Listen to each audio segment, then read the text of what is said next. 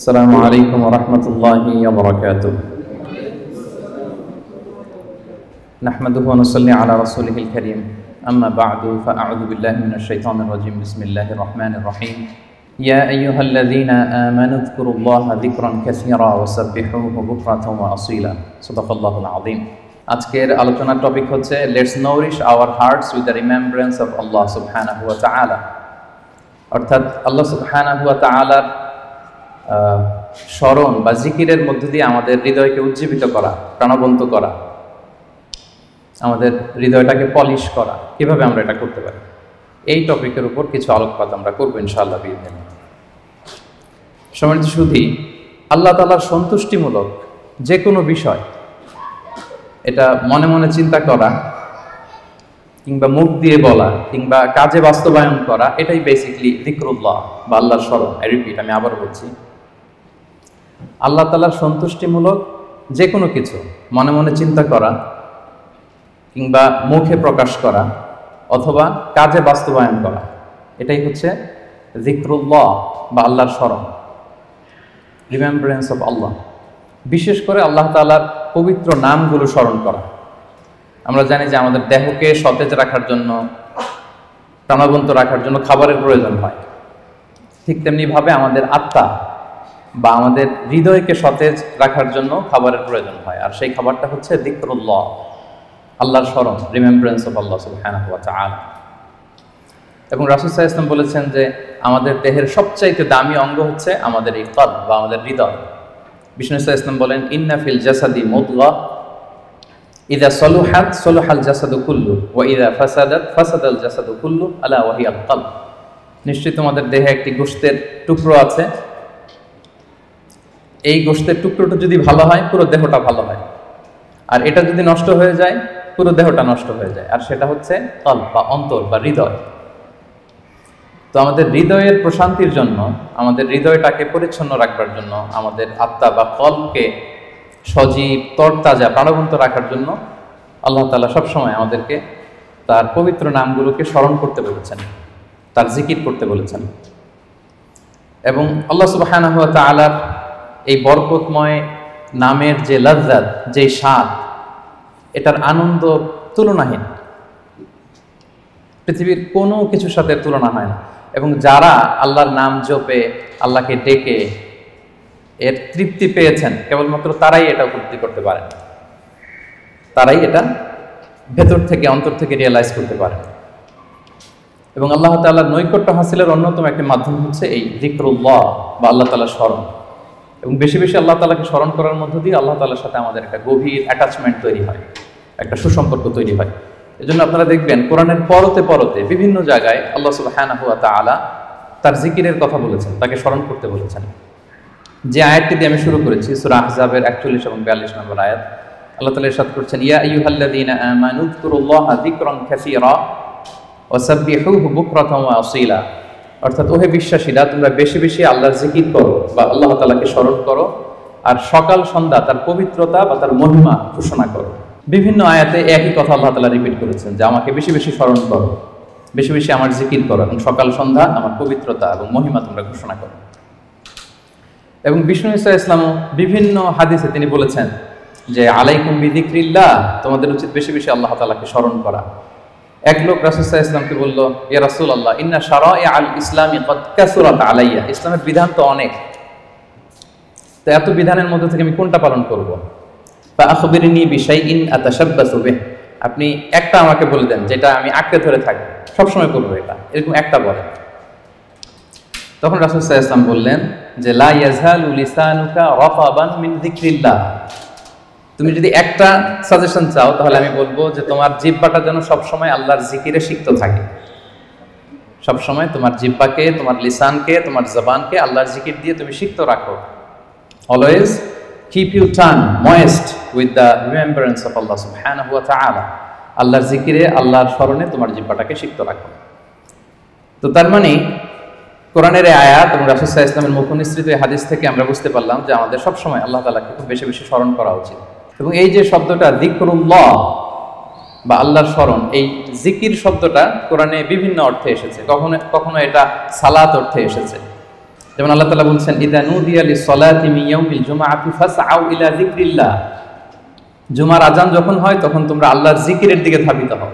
তো এখানে জিকির দ্বারা উদ্দেশ্য হচ্ছে জুমার সালাতের দিকে ধাবিত হও। আবার কখনো কখনো এই জিকির শব্দটা কোরআন অর্থে এসেছে। আল্লাহ তাআলা বলছেন, ইন্না নাহনু নাযালনা যিকরা ওয়া ইন্না লাহু লাহাফিজুন। নিশ্চয়ই আমি আল্লাহ তাআলা এই জিকিরকে নাজিল করেছি, এই জিকিরকে আমি সংরক্ষণ করব। এই জিকির দ্বারা উদ্দেশ্য হচ্ছে কোরআন, মানে আমি কোরআনকে নাজিল করেছি আর এই কোরআনকে আমি সংরক্ষণ করব। আবার কখনো এই জিকির আল্লাহর আইন বা আল্লাহর বিধান অর্থে কোরআনে এসেছে। আল্লাহ তাআলা বলছেন, ওয়ামান আ'রাদা আন যিকরি ফাইন্না লাহু মাঈশাতান দানকা। যে ব্যক্তি আমি আল্লাহর আইন বা বিধান থেকে মুখ ফিরিয়ে নেয় তাকে আমি তার জীবনটাকে আমি কঠিন করে দেব, সংকীর্ণ জীবিকা আমি তাকে দান করব এবং কিয়ামতের দিন ওয়া নাহশুরুহু ইয়াওমাল কিয়ামাতি আ'মা, তাকে অন্ধ করে আমি কিয়ামতের দিন উত্থিত করব। আবার কখনো কখনো এই জিকির শব্দটা কোরআনে ইলম বা নলেজ কে রিপ্রেজেন্ট করতে এসেছে। যেমন আল্লাহ তাআলা ইরশাদ করছেন, ফাসআলু আহলা যিকরি ইন কুনতুম লা তা'লামুন। তোমরা যদি কিছু না জানো তাহলে আহলে জিকিরকে জিজ্ঞেস করে জেনে নাও। তো এই আহলে জিকির দ্বারা উদ্দেশ্য কি? আহলুল ইলম, মানে যার কোরআন সুন্নাহর জ্ঞান আছে। আবার পাশাপাশি জিকির বলতে আল্লাহর স্মরণও বোঝায়, সিম্পলি আল্লাহ তাআলাকে স্মরণ করা, যেটা আমাদের আজকের টপিক, রিমেম্বারেন্স অফ আল্লাহ সুবহানাহু ওয়া তাআলা। যে আয়াতটা দিয়ে আমরা শুরু করেছিলাম যে ইয়া আইয়ুহাল্লাযীনা আমানু যকুরুল্লাহা যিকরান কাসীরা। ওহে বিশ্বাসীরা, তোমরা আল্লাহ তাআলাকে বেশি বেশি স্মরণ করো। তাহলে সাধারণত স্মরণ করার অর্থ কোরআনে পাওয়া যায়। সম্মানিত সুধী, মূলত আমরা যে ইবাদতগুলো অফার করি সকল ইবাদতের মূল উদ্দেশ্য হচ্ছে আল্লাহ তাআলার স্মরণ। আপনারা যদি একটু খেয়াল করে দেখেন, আমরা যত ইবাদত করি, যে সমস্ত ইবাদতগুলো ফারজ করা হয়েছে, আসলে এর মূল উদ্দেশ্য কি? আল্লাহ তাআলাকে স্মরণ করা। আমরা যে সালাত করি আসলে উদ্দেশ্য কি? আল্লাহর স্মরণ। আল্লাহ এটা বলেছেন, ওয়া আকিমিস সালাতা লিযিকরি ইন্নানি আনাল্লাহু লা ইলাহা ইল্লা আনা ফা'বুদনি ওয়া আকিমিস সালাতা লিযিকরি। মুসা আলাইহিস সালামকে আল্লাহ বললেন, আমি হচ্ছি আল্লাহ, আমি ছাড়া কোনো ইলাহ নেই, আর আমার স্মরণে সালাত কায়েম করো। তাহলে সালাতটা আমরা কায়েম করছি কার স্মরণে? বলুন সবাই, কার স্মরণে? আল্লাহর স্মরণে কায়েম করছি। আবার অনুরূপভাবে আমরা যে হজ আদায় করি, এই হজেরও মূল উদ্দেশ্য হচ্ছে আল্লাহ তাআলার স্মরণ। আল্লাহ তাআলা বলছেন, ফাইদা কাদাইতুম মানাসিকাকুম ফাযকুরুল্লাহা কাযিকরিকুম আবাআকুম আও আশাদ্দা যিকরা। তোমাদের হজের কার্যক্রম যখন শেষ হয়ে যায় তখন আল্লাহ তাআলাকে ওইভাবে স্মরণ করো যেমনি জাহিলি যুগে তোমরা তোমাদের পূর্বপুরুষদের স্মরণ করতে, বা তার চেয়ে বেশি স্মরণ করো। তাহলে সালাতের উদ্দেশ্য আল্লাহকে স্মরণ, আমরা এই আয়াত থেকে পেলাম হজের উদ্দেশ্য আল্লাহকে স্মরণ। সিয়ামের উদ্দেশ্যের দিকে যদি আমরা খেয়াল করি, সিয়ামের প্রাইম অবজেক্টিভ হচ্ছে লাআল্লাকুম তাত্তাকুন, যাতে করে তোমরা আল্লাহ সচেতন হতে পারো। অর্থাৎ এই অনুভূতি নিজের মধ্যে বিল্ড করতে পারো যে আমি যাই করি না কেন কে দেখে? আল্লাহ সুবহানাহু ওয়া তাআলা দেখে। তার মানে আল্লাহ স্মরণ। তার মানে সালাত আদায় করি, উদ্দেশ্য আল্লাহ স্মরণ। হজ আদায় করি, এটার উদ্দেশ্য আল্লাহ স্মরণ। আমরা যে রমাদানে সিয়াম অফার করছি, এটার উদ্দেশ্য কিন্তু আল্লাহ স্মরণ। তাহলে সকল ইবাদতের মূল উদ্দেশ্য বেসিকলি আল্লাহ তাআলাকে স্মরণ করা। সম্মানিত উপস্থিতি, এই পর্যায়ে আমি এই যে আল্লাহকে স্মরণ করতে বারবার বলা হয়েছে কোরআনে হাদিসে, এই স্মরণ করলে আমাদের লাভটা কি, কি বেনিফিট আছে? দ্য বেনিফিটস অফ যিকরুল্লাহ, আল্লাহ তাআলাকে বেশি বেশি স্মরণ করার কিছু বেনিফিটস আমি শেয়ার করতে চাই। আমি 10টি বেনিফিট শেয়ার করব খুব সংক্ষেপে। বেশি বেশি আল্লাহ তাআলাকে স্মরণ করা বা আল্লাহর জিকির করার যে বেনিফিটগুলো আছে, তার প্রথমটা হচ্ছে এর মধ্য দিয়ে আল্লাহ তাআলার সাথে আমাদের একটা স্পেশাল অ্যাটাচমেন্ট গড়ে ওঠে, একটা সুগভীর সম্পর্ক গড়ে ওঠে। এবং আপনি যে আপনার যে কোনো পরিস্থিতিতে আল্লাহর উপর তাওয়াক্কুল করেন, এটা প্রমাণিত হয়। You put you trust on Allah, you rely upon Allah. আপনার যে কোনো সিচুয়েশনে আপনি আল্লাহকে স্মরণ করেন, তার মানে কি আপনার তাওয়াক্কুল বা বিশ্বাস, আস্থার জায়গাটা কার উপরে? আল্লাহর উপরে, এটা প্রমাণিত হয়। এবং এর মধ্য দিয়ে আপনার একটা সাবমিসিভনেস প্রমাণ হয়, যে আপনি সবকিছু আল্লাহ তাআলার উপর সুপর্দ করে দেন। এবং এর ভেতর দিয়ে আল্লাহর সাথে একটা গভীর অ্যাটাচমেন্ট, একটা সম্পর্ক আমাদের গড়ে ওঠে। এটা হচ্ছে 1 নম্বর বেনিফিট, যিকরুল্লাহ। 2 নম্বর বেনিফিট হচ্ছে যারা বেশি বেশি আল্লাহকে স্মরণ করে, আল্লাহর জিকির করে, তাদের প্রতি আল্লাহ তাআলা আল্লাহর নেয়ামত আরো বাড়িয়ে দেন। আল্লাহর ব্লেসিংস, মার্সি, বাউন্টিজ, এগুলো আল্লাহ তাআলা আরো বাড়িয়ে দেন। কারণ বারবার আল্লাহকে স্মরণ করা মানে কি? এটা কাইন্ড অফ মানে আপনার গ্র্যাটিটিউড, আপনি আল্লাহর প্রতি কৃতজ্ঞতা প্রকাশ করছেন যে আল্লাহ তাআলা আপনাকে নেয়ামতে ধন্য করেছেন। বারবার আপনি তাকে স্মরণ রাখেন। বাংলা একটা কথা বলে, যার নুন খাও তার গুণ গাও। তো আল্লাহর নেয়ামতে আমরা বেঁচে আছি, তো সে আল্লাহকে বারবার স্মরণ করি, তার মানে এটা আল্লাহ তাআলার প্রতি একটা আমাদের কৃতজ্ঞতা বোধ, শুকরিয়া বোধ, তাই না? এবং আল্লাহ বলেছেন লা ইন শাকারতুম লা আযীদান্নাকুম, যদি বেশি বেশি কৃতজ্ঞ হও, শুকরগুজার হও, শুকরিয়া আদায় করো, আমি নিয়ামত আরো বাড়িয়ে দেব। তাহলে 2 নাম্বার যেটা আমরা পেলাম, আল্লাহ তাআলার নিয়ামতের বাড়িধারা এটা আমাদের উপর আরো বাড়তে থাকবে, কন্টিনিউ হতে থাকবে। 3 নাম্বার হচ্ছে it protects you from the temptation of শয়তান এন্ড ইভিল আইস। শয়তানের টেম্পটেশন থেকে এই জিকরুল্লাহ আপনাকে রক্ষা করবে। আমরা হাদিসে পড়েছি যে শয়তান ইয়াজরি মাজরাদ দাম, শয়তানকে আল্লাহ এত পাওয়ার দিয়েছেন, রক্ত চলাচলের ওখানে শয়তান ঢুকেও আপনাকে প্রভোগ করতে পারে, টেম্পটেশন দেয়। সহিহ বুখারীতে এসেছে একটা তা'লিক হাদিস, বিষ্ণুই বলেন আশ-শাইতানু জাসিমুন আলা কলবি ইবনে আদম, শয়তান বনি আদমের কলবে, অন্তরে খামচি মেরে বসে থাকে। ফাইদা যাকারাল্লাহ খানাসা, যখন বনি আদম আল্লাহর জিকির করে, আল্লাহকে স্মরণ করে, খানাসা শয়তান দৌড়ে পালায়। ওয়া ইদা গাফালা ওয়াসওয়াসা, আর যখনই আবার সে অন্যমনস্ক হয়, গাফিল হয়, শয়তান আবার এসে তাকে ধোঁকা দিতে থাকে। তাহলে সবসময় যদি আল্লাহর স্মরণের মধ্যে আমরা থাকি, শয়তানের টেম্পটেশন থেকে আমরা মুক্ত থাকবো। এবং এটা কেমন যেন it works like a fortress. আপনি একটা দুর্গের ভেতরে ঢুকে ওই দুর্গকে তালাবদ্ধ করে দিয়েছেন, ইউ আর প্রোটেক্টেড। হ্যাঁ, একটা শিল্ডের পেছনে আপনি আছেন, শয়তানের টেম্পটেশন আপনাকে ছুঁতে পারবে না, শয়তানের হাতছানি আপনাকে ছুঁতে পারবে না, আপনি প্রোটেক্টেড। তো সবসময় যদি আল্লাহ তাআলার জিকিরে, আল্লাহর স্মরণে থাকা যায়, তাহলে স্পেশাল প্রোটেকশন আল্লাহ তাআলার পক্ষ থেকে আমরা পাই। এটা হচ্ছে 3 নাম্বার বেনিফিট। 4 নাম্বার বেনিফিট হচ্ছে এই যিকরুল্লাহ বা আল্লাহ তাআলার স্মরণগুলো আপনার মিজানের পাল্লায় সেদিন অনেক উঁচু পাহাড় হয়ে দাঁড়াবে, মিজানের পাল্লাকে ভারী করবে। এর সপক্ষে ভুরি ভুরি হাদিস আছে, এতগুলো এখানে উল্লেখ করা সম্ভব না, একটা শুধু বলি। বিষ্ণু সাল্লাল্লাহু আলাইহি ওয়াসাল্লাম বলেন ওয়া সুবহানাল্লাহি ওয়াল হামদুলিল্লাহি তামলাআনি মা বাইনাস সামাই ওয়াল আরদ।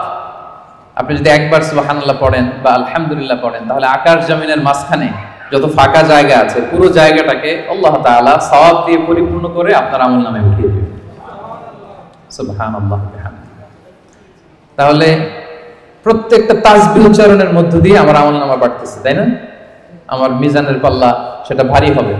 ফামান সাকুলাত মাওয়াজিনুহু ফাহুয়া ফি ঈশাতির রাদিয়া। আর সেদিন যার মিজানের পাল্লা ভারী হবে, সে আনন্দে থাকবে, সুখে থাকবে, স্বাচ্ছন্দ্য থাকবে, শেষ হাসিটা সেই হাসবে। সো এই জিকিরটাকে, এটা আমাদের এডিকশনে রূপান্তর করা উচিত। বি এডিক্টেড উইথ দ্য যিকরুল্লাহ। সবসময় আপনি পড়ুন লা ইলাহা ইল্লাল্লাহ, সুবহানাল্লাহ। ট্রাফিক জ্যামে আটকে আছেন, পড়ুন আস্তাগফিরুল্লাহ। ড্রাইভিং করছেন, পড়ুন আস্তাগফিরুল্লাহ। মিটিং এ আছেন, ফাঁকে পড়ুন আস্তাগফিরুল্লাহ। অবসর সময় কাটাচ্ছেন, পড়ুন লা হাওলা ওয়ালা কুওয়াতা ইল্লা বিল্লাহ, হাসবুনাল্লাহ। আপনি পড়ুন, আপনি প্রোটেক্টেড থাকবেন এবং প্রতিটি শব্দ উচ্চারণের মধ্য দিয়ে আপনার আমলনামা ভারী হতে থাকবে। আচ্ছা, 5 নাম্বার বেনিফিট হচ্ছে আল্লাহ সুবহানাহু ওয়া তাআলা যারা সব সময় আল্লাহকে স্মরণ করে, তাদের জন্য ক্ষমা এবং সুবিশাল প্রতিদানের ঘোষণা দিয়েছেন। সূরা আহজাবের 35 নম্বর আয়াতে আল্লাহ তাআলা 10 শ্রেণীর ব্যক্তির ঘোষণা, 10 শ্রেণীর ব্যক্তির নাম উল্লেখ করে তিনি বলেছেন আ'আদাল্লাহু লাহুম মাগফিরাতাও ওয়া আজরান আযীমা। এই 10 শ্রেণীর লোকের জন্য আল্লাহ তাআলা ক্ষমা এবং সুমহান প্রতিদান তিনি রেখে দিয়েছেন। এই 10 শ্রেণীর ব্যক্তির মধ্যে এক শ্রেণী হচ্ছে আয-যাকিরুনাল্লাহা কাসীরা ওয়ায-যাকিরাত, যারা সব সময় সর্ব অবস্থায় আল্লাহ তাআলাকে স্মরণ করে, তাদের জন্য আল্লাহ তাআলা ক্ষমা প্রস্তুত করে রেখেছেন। এবার বলেন তো, আমাদের ক্ষমার দরকার আছে কিনা? হ্যাঁ, আছে। আমরা সবাই তো ক্ষমার ভিখারি, আল্লাহ তাআলার কাছে ক্ষমা চাই। আমরা সবাই পাপী। কুল্লুকুম খাত্তাউন ওয়া খায়রুল খাত্তাইনা তাওয়াবুন। আমরা সবাই পাপী, আমাদের ক্ষমার প্রয়োজন আছে। তো আমরা যেন বেশি বেশি আল্লাহ তাআলাকে স্মরণ করি, তার জিকির দিয়ে যেন আমাদের জিহ্বাকে সিক্ত রাখি। আচ্ছা, 6 নাম্বার হচ্ছে it saves you from the hell fire. আল্লাহর জিকির জাহান্নামের আগুন থেকে মানুষকে বাঁচায়। রাসূল সাল্লাল্লাহু আলাইহি ওয়াসাল্লাম বলেন লিকুল্লি শাইইন সিকালা ওয়া সিকালাতুল কুলুবি যিকরুল্লাহ। সবকিছুকে পলিশ করতে হয়, আর অন্তরের পলিশ করার পদ্ধতি হচ্ছে যিকরুল্লাহ, আল্লাহর জিকির। আল্লাহর জিকির ছাড়া কোনো কিছু দিয়ে হৃদয়কে পলিশ করা যায় না। এরপর বিষ্ণু সাল্লাল্লাহু আলাইহি ওয়াসাল্লাম বলেছেন মা মিন শাইইন আনজা মিন আযাবিল্লাহি মিন যিকরিল্লাহ। আল্লাহর আযাব থেকে বান্দাকে বাঁচাতে আল্লাহর জিকিরের চেয়ে কার্যকরী দ্বিতীয় কোনো জিনিস আর পৃথিবীতে নেই। আল্লাহর আযাব থেকে রক্ষা করতে সবচাইতে কার্যকরী হাতিয়ার হচ্ছে যিকরুল্লাহ, আল্লাহর স্মরণ। সব সময় উঠতে বসতে আল্লাহ তাআলাকে স্মরণ করা। তাহলে বেশি বেশি জিকির আমাদেরকে জাহান্নামের আগুন থেকে বাঁচাবে। 8 নাম্বার বেনিফিট হচ্ছে, এটা খুব ইন্টারেস্টিং যদি আপনারা একটু খেয়াল করেন, যে এই জিকিরটা এটা যে কোনো সময় করা যায়। কি বলেন? যে কোনো সময় করা যায়, যে কোনো পরিস্থিতিতে করা যায়, ইন এনি সিচুয়েশন, যেখানে থাকেন করা যাবে। আল্লাহ বলেছেন ফাযকুরুল্লাহা কিয়ামান ওয়া কুউদান ওয়া আলা জুনুবিহিম, দাঁড়িয়ে করা যায় আল্লাহর জিকির, বসে করা যায়, শুয়ে করা যায়, ইভেন আপনি যদি অপবিত্র থাকেন তখনও করা যায়। আল্লাহর জিকির করার জন্য, আল্লাহকে মনে মনে স্মরণ করার জন্য কিন্তু পবিত্রতা প্রয়োজন নেই, সবাই একমত। ইভেন আপনি যদি জুনুবি হালাতে থাকেন, মানে আপনার উপর গোসল করা ফরজ, তখনও আপনি আল্লাহর জিকির করতে পারবেন। ইভেন আমাদের বোনদের যখন পিরিয়ড চলে তখনও তারা আল্লাহর জিকিরগুলো করতে পারে, তাসবিহগুলো করতে পারে, তাহলিলগুলো করতে পারে, সুবহানাল্লাহ ওয়া বিহামদিহি। তাহলে এটা এমন একটা আমল যেটা সব সময় করা যায়, যে কোনো মুহূর্তে করা যায়, যে কোনো সিচুয়েশনে করা যায়। এই জন্য আমরা যেন নিজেদেরকে আল্লাহর জিকিরের সাথে জুড়ে রাখি, সম্পৃক্ত করে রাখি, সবসময় আমাদের জিহ্বা যেন আল্লাহর জিকির দিয়ে আমরা সিক্ত রাখি। 9 নম্বর বেনিফিট হচ্ছে, আমরা যদি আল্লাহর জিকির করি আল্লাহ আমাদের জিকির করে। সুবহানাল্লাহ ওয়া বিহামদিহি। আল্লাহ তাআলা বলছেন ফাযকুরুনি আযকুরকুম ওয়াশকুরুলি ওয়ালা তাকফুরুন, ওহে বান্দারা তোমরা আমাকে স্মরণ করো, আমিও তোমাদেরকে স্মরণ করি। আমরা আল্লাহকে স্মরণ করলে আল্লাহ আমাদেরকে স্মরণ করে। সুবহানাল্লাহ। এটা অনুভূতির বিষয়। প্রাইম মিনিস্টার আনোয়ার ইব্রাহিম যদি আমাকে স্মরণ করে, আমাকে নিয়ে কথা বলে প্রাইম মিনিস্টারের অফিসে, এটা কেমন ফিল হবে আপনাদের? জো বাইডেন আমাকে নিয়ে আলাপ করে হোয়াইট হাউস, এটা কেমন ফিল হবে আপনাদের? আরশের মালিক আল্লাহ সুবহানাহু ওয়া তাআলা আপনাকে স্মরণ করে, আপনার নাম উল্লেখ করে, এটা কেমন লাগে আপনার কাছে? আল্লাহু আকবার।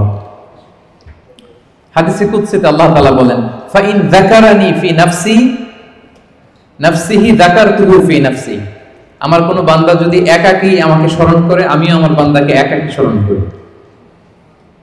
আমার কোন বান্দা মনে মনে আমাকে স্মরণ করলে আমি তাকে মনে মনে স্মরণ করি। ওয়া ইন যাকারানি ফি মালাইন যাকারতুহু ফি মালাইন খায়রিম মিনহু, আর সামষ্টিকভাবে কোন বিশাল প্রোগ্রামে, গেট টুগেদারে যদি সবাই মিলে আমি আল্লাহকে স্মরণ করে, তাহলে আমি এর চেয়েও বড় গেট টুগেদার সাজিয়ে ফেরেশতাদেরকে নিয়ে সেখানে আমি আমার বান্দাকে স্মরণ করি। ওয়া ইন তাকাররাবা ইলাইয়া বিশিবরিন তাকাররাবতু ইলাইহি যিরাআন, আমার কোন বান্দা যদি আমার দিকে এক বিঘত অ্যাডভান্স হতে চায়, অগ্রসর হতে চায়, আমি আমার বান্দার দিকে এক হাত অগ্রসর হই। ওয়া ইন তাকাররাবা ইলাইয়া যিরাআন তাকাররাবতু ইলাইহি বাআন, আমার কোন বান্দা যদি আমার দিকে এক হাত আসতে চায়, আমি আমার বান্দার দিকে দুই হাত এগিয়ে যাই। ওয়া ইন আতানি ইয়ামশি আতাইতুহু হারওয়ালা, আমার কোন বান্দা যদি আমার দিকে হেঁটে হেঁটে আসতে চায়, আমি আমার বান্দার সাক্ষাতে উৎগ্রীব হয়ে তার দিকে দৌড়ে দৌড়ে যাই।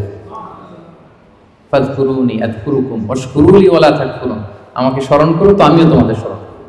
আল্লাহু আকবার। তাহলে জিকিরের 9 নম্বর বেনিফিট হচ্ছে, আমরা আল্লাহকে স্মরণ করলে আল্লাহ কি করে? আমাদেরকে স্মরণ করে।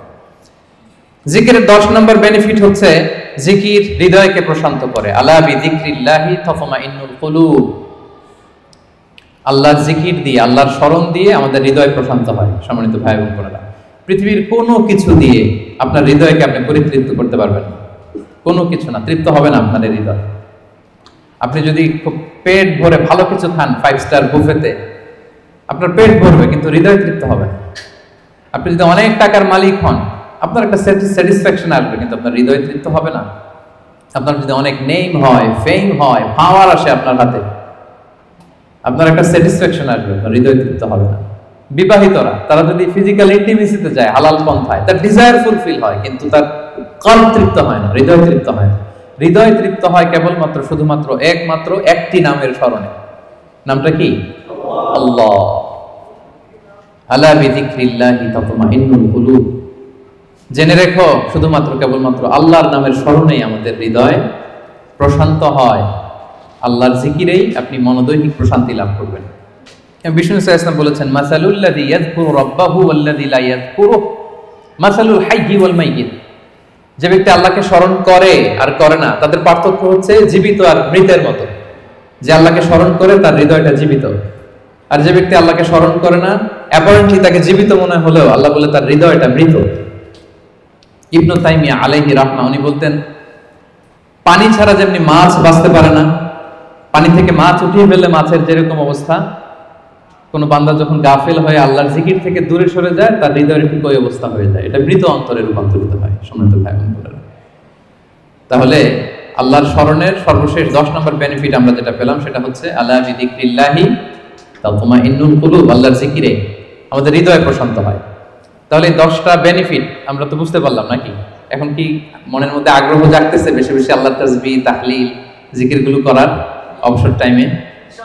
হ্যাঁ ইনশাআল্লাহ বলেন সবাই ইনশাআল্লাহ। আল্লাহ আমাদের তৌফিক দান করুক। এবার আমরা একটু করে জেনে নেই এই যে জিকির করবো এটার পদ্ধতি কি। জিকিরের পদ্ধতি নিয়ে আবার অনেক কথাবার্তা আছে। কোন পদ্ধতিতে এই জিকিরটা আমরা করব?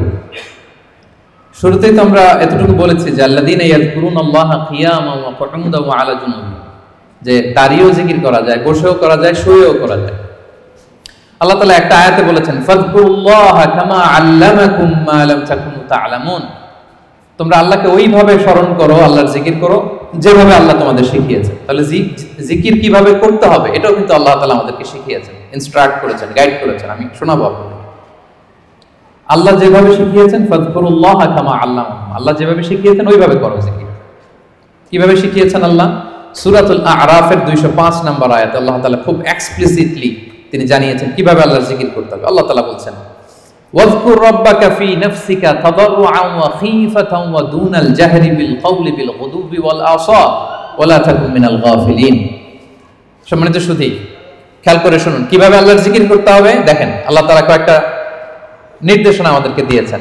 নাম্বার 1, ওয়াযকুর রাব্বাকা, তোমার রবের জিকির করো। তার মানে জিকিরের মধ্যে কার নাম থাকতে হবে? কোন জিকিরে যদি আল্লাহর নাম না থাকে ওটা আল্লাহর জিকির হবে? বলেন।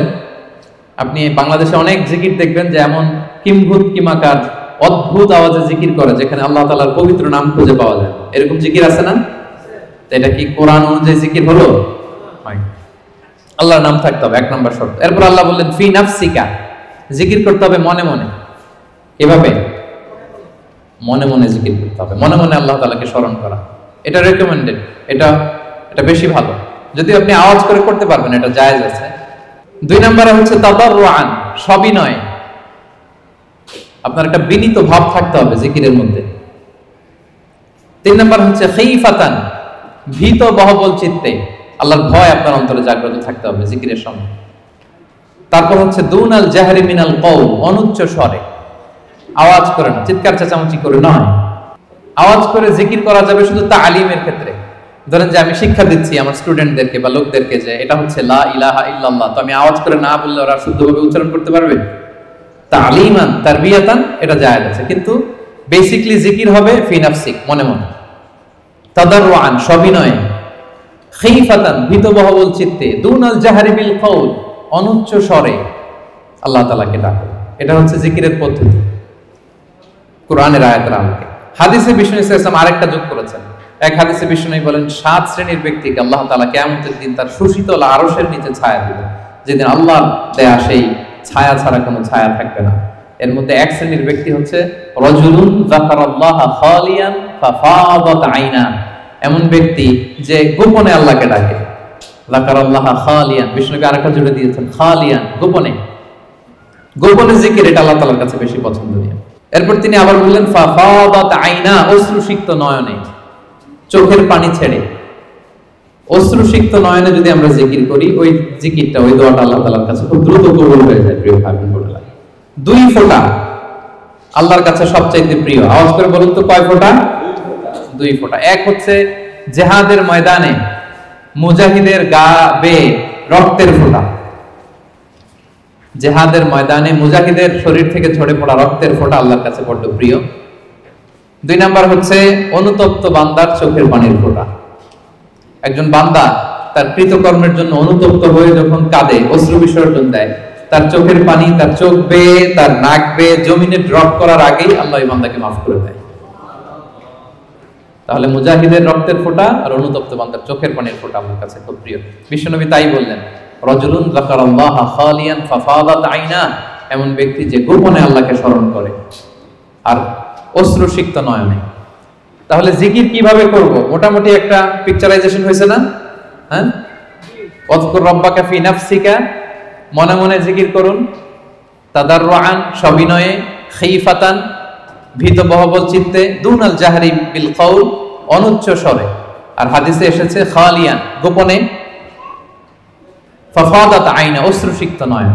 এভাবে যদি আমরা আল্লাহ তাআলাকে স্মরণ করি, এভাবে যদি আমরা কায়মনোবাক্যে আল্লাহকে ডাকি, এভাবে যদি আল্লাহ তাআলার কাছে চাই, আল্লাহ তাআলা এই দৃশ্যটা দেখতে করতে পছন্দ করেন। তাহলে জিকিরের পদ্ধতি সবার কাছে ক্লিয়ার? এর বাইরে যে লম্ফ জম্ফ দিয়ে অদ্ভুত কিমাকার আওয়াজ করে জিকির করলে এটা হবে? ওইটা কোরআন সুন্নাহর সাথে সাংঘর্ষিক হবে। এভাবে জিকির করা যাবে না। সুস্পষ্ট আল্লাহ তাআলার পবিত্র বরকতময় নাম বোঝা যেতে হবে এবং গোপনে অনুচ্চ স্বরে নীরবে আল্লাহ তাআলার নামকে জপতে হবে।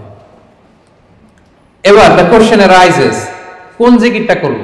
জিকির তো অনেক, কি বলেন? আমরা একটু জেনে নিই যে সবচাইতে শ্রেষ্ঠ জিকির কোনটা। কেউ কি জানেন সবচেয়ে শ্রেষ্ঠ জিকির কোনটা? হ্যাঁ, সুবহানাল্লাহ বিহামদি। আর একটু বলেন, আওয়াজ করে, সাহস করে বলেন, লা ইলাহা ইল্লাল্লাহ। এই তো চলে আসছে, এটা সবচাইতে শ্রেষ্ঠ জিকির। সহিহ মুসলিমের বর্ণনা, বিষ্ণু সাল্লাল্লাহু আলাইহি ওয়াসাল্লাম বলেন, আফদালু যিকরি লা ইলাহা ইল্লাল্লাহ। সবচাইতে শ্রেষ্ঠ জিকির হচ্ছে লা ইলাহা ইল্লাল্লাহ। আপনার কাছে মনে হয় এটা তো সিম্পল, এটা তো সবাই জানে, এটা তো সবাই পড়ে না। আল্লাহ তাআলার কাছে এটা অনেক দামি, সবচাইতে শ্রেষ্ঠ জিকির। এটা একটা বিপ্লবী বাণী, এটা একটা সুমহান বাণী। এটাকে বলা হয় কালিমাতুত তাওহীদ। একত্ববাদের ঘোষণা আছে, লা ইলাহা ইল্লাল্লাহ, আল্লাহ ছাড়া কোনো ইলাহ নেই, কোনো উপাস্য নেই, কোনো বিধানদাতা নেই, কোনো আইনদাতা নেই। এটা সুমহান বাণী, এটা যাচ্ছে তাই ছোটখাটো কোনো বাণী নয়। লা ইলাহা ইল্লাল্লাহ আফদালু যিকরি লা ইলাহা ইল্লাল্লাহ। অবসর পেলেই, সময় পেলেই পড়বেন লা ইলাহা ইল্লাল্লাহ, লা ইলাহা ইল্লাল্লাহ, লা ইলাহা ইল্লাল্লাহ। এটা কালিমাতুত তাওহীদ, আল্লাহ তাআলার সুমহান বাণী। এটা যে আমাদের কাছে খুব স্বাভাবিক জিকির মনে হয়, এটা এই ব্যাপারটা আবার অস্বাভাবিক না, এটাও স্বাভাবিক। কারণ মুসা আলাইহিস সালামের কাছে এমন মনে হয়েছিল। মুসা আলাইহিস সালাম সরাসরি আল্লাহর সাথে কথা বলতেন। মুস্তাদরাকে হাকিমে একটা হাদিস এসেছে, মুসা আলাইহিস সালাম আল্লাহকে বললেন, ইয়া রব্বি আল্লিমনি শাইআন আযকুরুকা বিহি ওয়া আদউকা বিহি। মুসা আলাইহিস সালাম আল্লাহকে বললেন, আল্লাহ আপনি আমাকে এমন একটা জিকির শিক্ষা দেন যে জিকিরটা দিয়ে আমি আপনাকে ডাকবো, আপনার কাছে চাইবো, এবং এটা আর কেউ জানবে না, আপনি আর আমি। তো আল্লাহ বললেন, ইয়া মুসা কুল লা ইলাহা ইল্লাল্লাহ। হে মুসা তুমি পড়ো লা ইলাহা ইল্লাল্লাহ। মুসা আলাইহিস সালাম বললেন, ইয়া রাব্বি কুল্লু ইবাদিকা ইয়াকুলু হাদা। হে আল্লাহ আপনার সব বান্দাই তো এটাই পড়ে, লা ইলাহা ইল্লাল্লাহ তো সবাই জপে, সবাই পড়ে। আমি তো স্পেশাল কিছু চেয়েছিলাম, ইন্নামা উরিদু শাইআন তাখুসুনি বি। আমি এমন কিছু চেয়েছি যেটা স্পেশাল, এটা এই নামে আমি ডাকবো আর আপনি জানবেন, আর কেউ জানবে না। স্পেশাল একটা জিকির আমাকে শিক্ষা দেন। তখন আল্লাহ তাআলা বললেন, ইয়া মুসা লাউ তাদাউ লা ইলাহা ইল্লাল্লাহ ফি কাফা। মুসা তুমি যদি লা ইলাহা ইল্লাল্লাহকে মিজানের এক পাল্লায় রাখো, ওয়া তাদাউস সামাওয়াতুস সাবউ ওয়াল আরাদিন ফি কাফা, আর সাত আকাশ আর সাত জমিন যদি আরেক পাল্লায় রাখো, লা রাজাহাত কাফাতু লা ইলাহা ইল্লাল্লাহ। মুসা মুহূর্তেই লা ইলাহার পাল্লাটা ভারী হয়ে যাবে। সুবহানাল্লাহ। এটা যেন তেন কোনো কালিমা নয়, এটা বিপ্লবী বাণী, এটা সুমহান বাণী।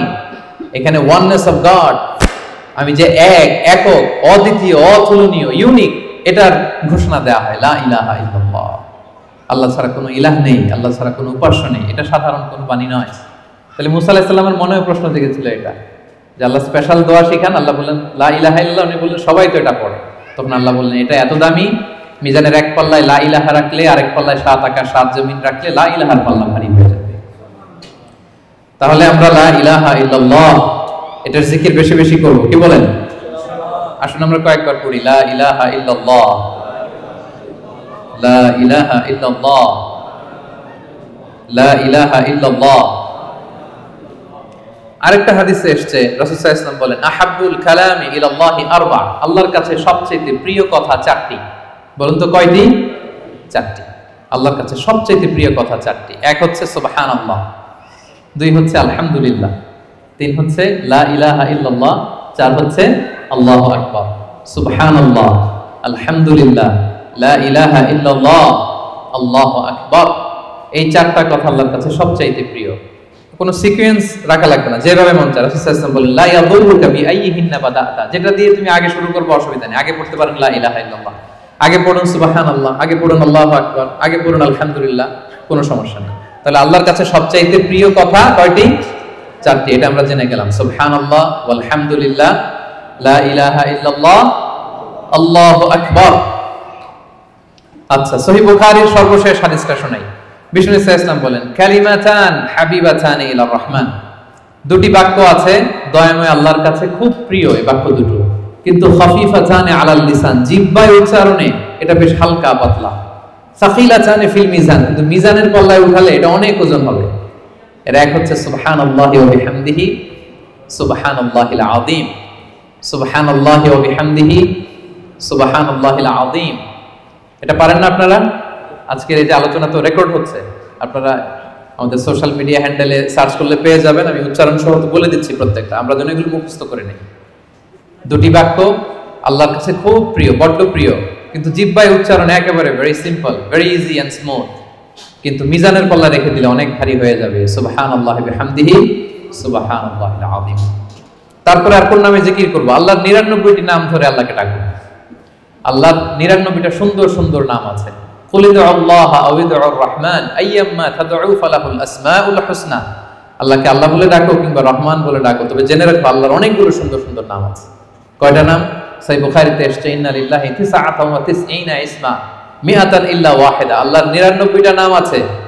মান আহসাহা দাখালাল জান্নাহ। যে এই 99 নামকে মুখস্থ করবে, এটাকে হৃদয়ে ধারণ করবে, এর যে হক আছে আদায় করবে, আল্লাহ তাকে জান্নাত দান করবে। আল্লাহর 99টা নাম সুযোগ হলে মুখস্থ করবেন। আমাদের আইআইএম এর প্রতিদিনের মর্নিং অ্যাসেম্বলি শুরু হয় আল্লাহর 99টা নাম জপে। খেয়াল করেছেন আপনারা? হ্যাঁ, একটা নাশিদের সুরে পড়ে সকালবেলা, নাকি ঘুমিয়ে থাকেন ওই টাইমে আপনারা? সকালবেলা 8টার দিকে, মোস্ট লাইকলি 8টার দিকে যখন দোয়া করে আমাদের মর্নিং অ্যাসেম্বলি শুরু হয় ইউআইতে, সেই তো আমি 13 সাল থেকে শুনতেছি আল্লাহর 99টা নাম জপে তারপরে officially the starting of the day এখানে হয়। আলহামদুলিল্লাহ। তো আল্লাহর নামগুলো ধরে যেন আমরা আল্লাহকে ডাকি। ইয়া আল্লাহ, ইয়া রহমান, ইয়া রহিম, ইয়া হাইয়্যু, ইয়া কাইয়্যুম। এভাবে আল্লাহকে ডাকলে আল্লাহ তাআলা বড় খুশি হন। এবং হাদিসে এসেছে আর রহমান আর রহিম এবং হাইয়্যু আর আল কাইয়্যুম, এই নামগুলোকে ইসমে আজম বলা হয়েছে। এক সাহাবী এভাবে ইয়া হাইয়্যু, ইয়া কাইয়্যুম, ইয়া রহমান, রহিম বলে দোয়া করছে। এই দোয়া রাসূল সাল্লাল্লাহু আলাইহি ওয়াসাল্লাম শুনে বললেন, ওর দোয়া তো আছে, কবুল হয়ে যাবে, কারণ সে ইসমে আজম ধরে ধরে দোয়া করছে। সুবহানাল্লাহি ওয়া বিহামদিহি। ইসমে আজম হচ্ছে এমন আল্লাহর নাম, ইদা দুইয়া বিহি আজাবা, আল্লাহ এটা দিয়ে আল্লাহকে ডাকলে আল্লাহ ডাকে সাড়া দেয়। ওয়া ইদা সুইলা বিহি আ'তা, এই নামের বদৌলতে আল্লাহর কাছে কিছু চাইলে আল্লাহ দিয়ে দেয়। তাহলে এই নামগুলো ধরে আমরা আল্লাহ তাআলাকে ডাকতে পারি। কি বলেন? আল্লাহর 99টা নাম আমরা যেন মুখস্থ করি।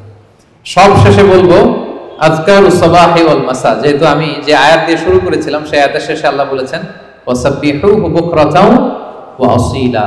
তোমরা বেশি বেশি আল্লাহকে স্মরণ করো, আর সকাল সন্ধ্যা আল্লাহর মহিমা, আল্লাহর প্রশংসা, আল্লাহর গ্লোরি, এটাকে তোমরা বর্ণনা করো। আল্লাহর প্রশংসা, আল্লাহর মহিমা বর্ণনা করো সকাল সন্ধ্যা।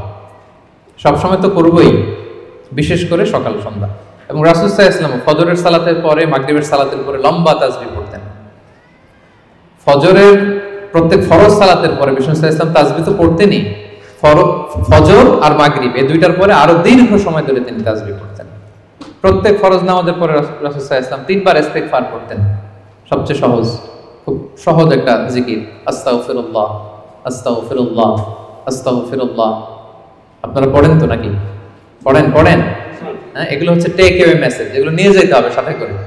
এই যে আইএম বাংলাদেশ কমিউনিটি সুন্দর প্রোগ্রামের আয়োজন করলাম, আমরা আসলাম, আমরা যেন প্রতিটা টেক অ্যাওয়ে মেসেজ সাথে করে নিয়ে যাই।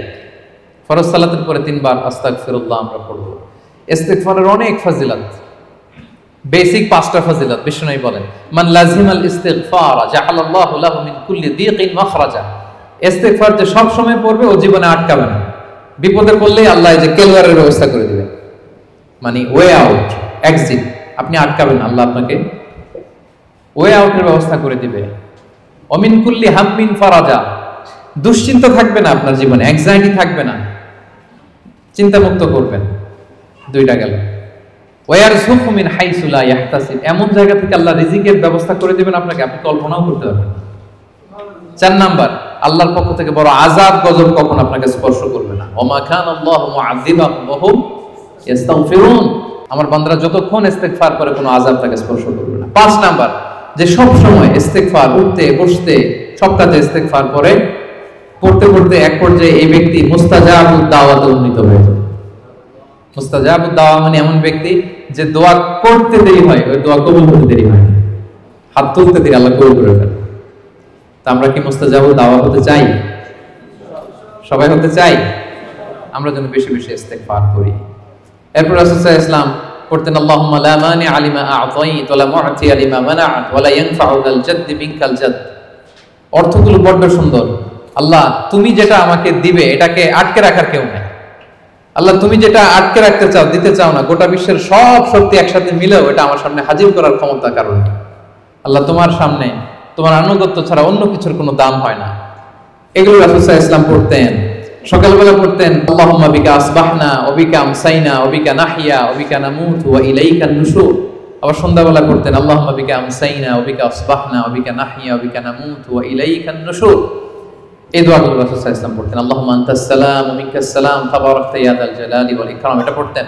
ফজরের সালাতের পর একটা বিশেষ দোয়া পড়তেন আল্লাহুম্মা ইন্নী আসআলুকা ইলমান নাফিআ ওয়া রিজকান তাইয়্যিবা ওয়া আমালান মুতাকাব্বালা। আল্লাহ আপনার কাছে আমি উপকারী জ্ঞান চাই, আল্লাহ আপনার কাছে আমি পবিত্র রিজিক চাই, আল্লাহ আপনার কাছে আমি কবুলযোগ্য আমল চাই। এই দোয়াগুলো রাসূল সাল্লাল্লাহু আলাইহি ওয়াসাল্লাম পড়তেন।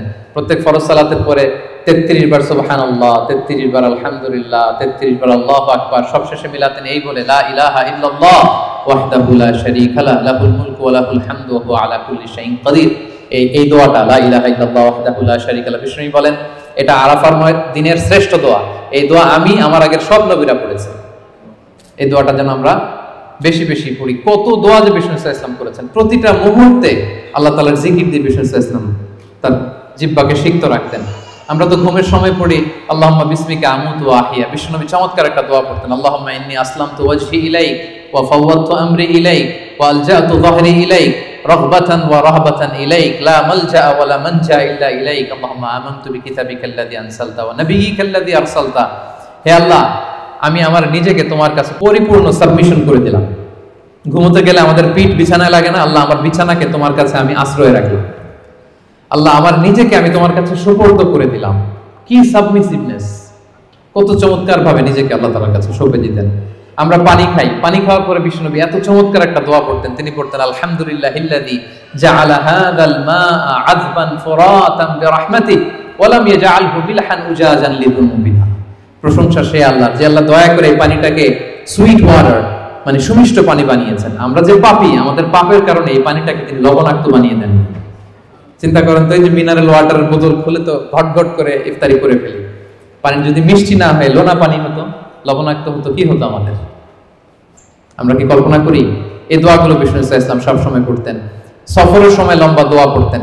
অনেক দোয়ার লিস্ট আমি নিয়ে এসেছিলাম, এগুলো আপনারা অনলাইনে সার্চ করলেও পাবেন। আমাদের পুরো দিনটাকে, আমাদের পুরো রাতের সময়গুলোকে আমরা আল্লাহর জিকিরে কিন্তু এভাবে সাজাতে পারি। বিষ্ণু সাল্লাল্লাহু আলাইহি ওয়াসাল্লামের নির্দেশনা অনুযায়ী যেন আমরা আমাদের জিহ্বাটাকে আল্লাহর এই চমৎকার নামের জিকির দিয়ে যেন সিক্ত রাখি। আমরা যেন বেশি বেশি আল্লাহ তাআলার নাম জপে নিজেদেরকে শয়তানের প্রভোকেশন, টেম্পটেশন থেকে যেন আমরা প্রোটেক্টেড রাখি। আমরা যেন আমাদের সাথে আল্লাহর সম্পর্ককে আরো মজবুত করি। তাহলে আমরা যে টপিকটা দিয়েছিলাম, let's nourish our hearts with the remembrance of Allah, এই রমাদানে আমরা যেন বেশি বেশি আল্লাহ তাআলাকে স্মরণ করে আমাদের হৃদয়টাকে উজ্জীবিত রাখতে পারি, আমাদের হৃদয়টাকে যেন সজীব রাখতে পারি, যেন সিক্ত রাখতে পারি। আল্লাহ তাআলা আমাদের সবাইকে এই সংক্ষিপ্ত কথাগুলো বোঝার ও আমল করার তৌফিক দান করুন। হাযা মা ইনদি ওয়াল ইলমু ইনদাল্লাহি আলাইহি তাওয়াক্কালতু ওয়া ইলাইহি উনীব। ওয়াসসালামু আলাইকুম ওয়া রাহমাতুল্লাহি তাআলা ওয়া বারাকাতুহু।